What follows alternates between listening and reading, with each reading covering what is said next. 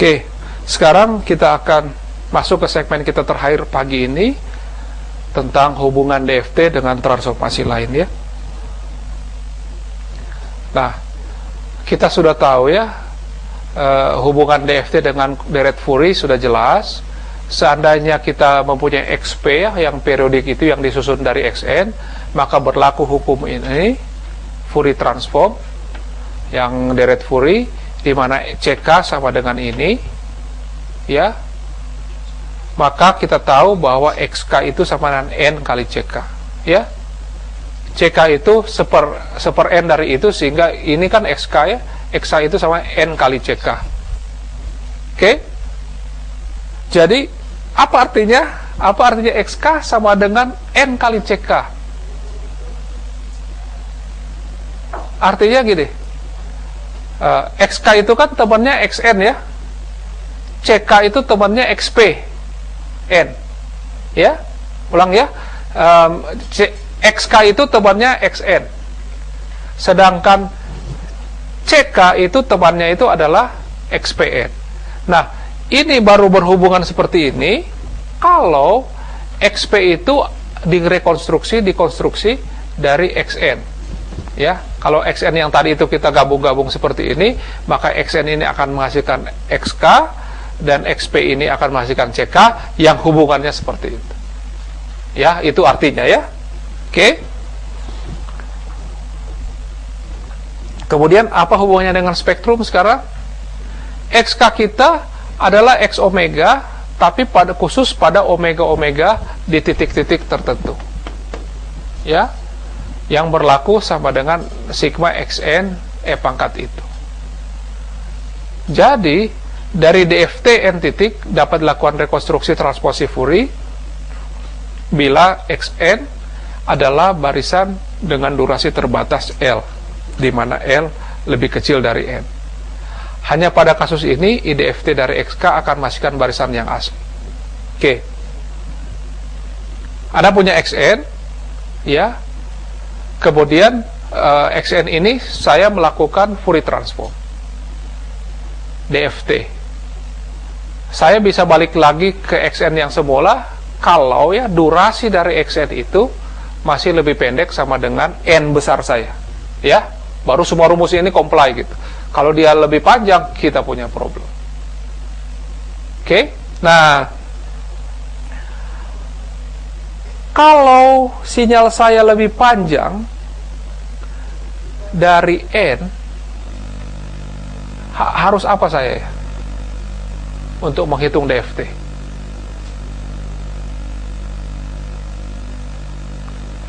Oke, masih ingat kasus waktu saya melakukan sampling sinyal analog jadi digital, bukan? Kalau frekuensi tertinggi dari sinyal analog itu ternyata lebih besar, frekuensi tertinggi lebih besar dari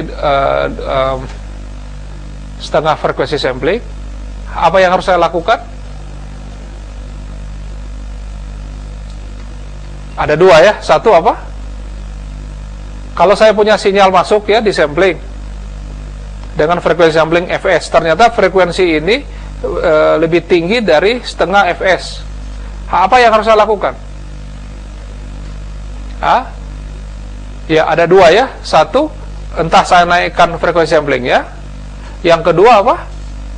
Filter. Saya filter si frekuensi ini supaya waktu masuk di sampling dia lebih rendah dari setengah frekuensi sampling. Nah, oke, itu ya. Sekarang kalau yang di sini, durasi dari sinyal saya ternyata lebih panjang dari N. What should I do? Gitu. L lebih besar dari N. Apa yang harus lakukan? Ya, N-nya dia panjang ya. Ambil matriksnya jadi lebih besar, atau L-nya yang dipotong. L-nya yang dipotong. Jadi sebelum kita lakukan DFT, kita tebas dulu L-nya. Bukan? Anda hasil protes, wah kalau L-nya udah ditebas, XN-nya udah nggak sama dong dengan aslinya gitu. Setuju ya? Tapi sedangnya apa? XP-nya itu masih mencerminkan SL hasil tebasan itu, bukan? Sehingga saya masih bisa balik lagi. Memang tidak sempurna ya. tapi masih lebih mending daripada saya punya XP yang sudah ngawur gitu. Sekarang XP saya terkontrol begitu. Ngerti nggak itu problemnya ya? Jadi saya potong saja sinyal yang panjang itu menjadi lebih pendek, dan ini saya jadikan dia menjadi apa? Sinyal yang periodik yang kita bisa balik lagi. Nah, proses pemotongan itu yang saya sebut Windows. Proses pemotongan itu yang saya Windows. Jadi ada sinyal yang panjang, saya ambil dalam jendela itu gitu. Saya periksa dalam jendela itu saja. Ya. Jadi kemudian ada sliding Windows nanti. Untuk yang berikutnya saya geser lagi Windowsnya, periksa lagi spektrumnya. Geser lagi, periksa lagi spektrum.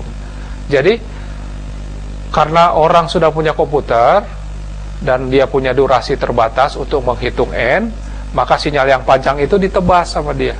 Dengan melakukan tebasan itu, maka kita akan konsentrasi pada sinyal yang sudah kita tebas, yang tidak sama dengan aslinya, tapi tidak terlalu jauh karena kita menebasnya itu dengan terkontrol. Ya, itu. Terakhir PR di rumah ya. Anda tahu bukan, kalau saya punya sampling, saya mau menghasilkan sinyal aslinya, saya lakukan interpolasi sync, itu bukan?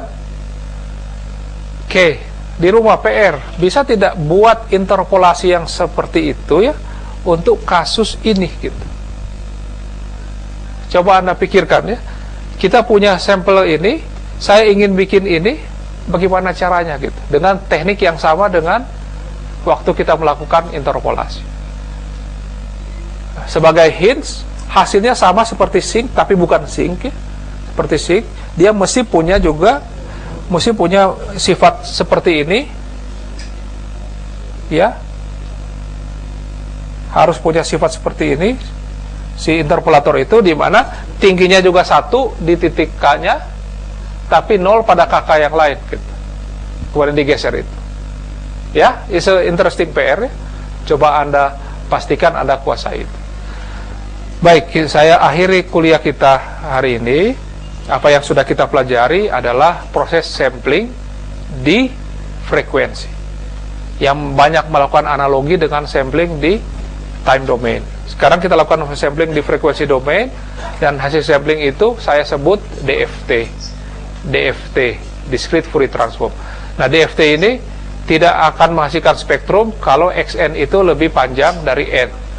Kalau XN itu lebih panjang, durasinya lebih kecil dari L, maka kita punya CK XK yang bisa kita gunakan untuk merekonstruksikan X omega.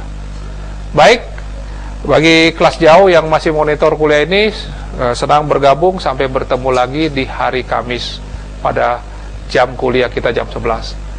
Selamat siang.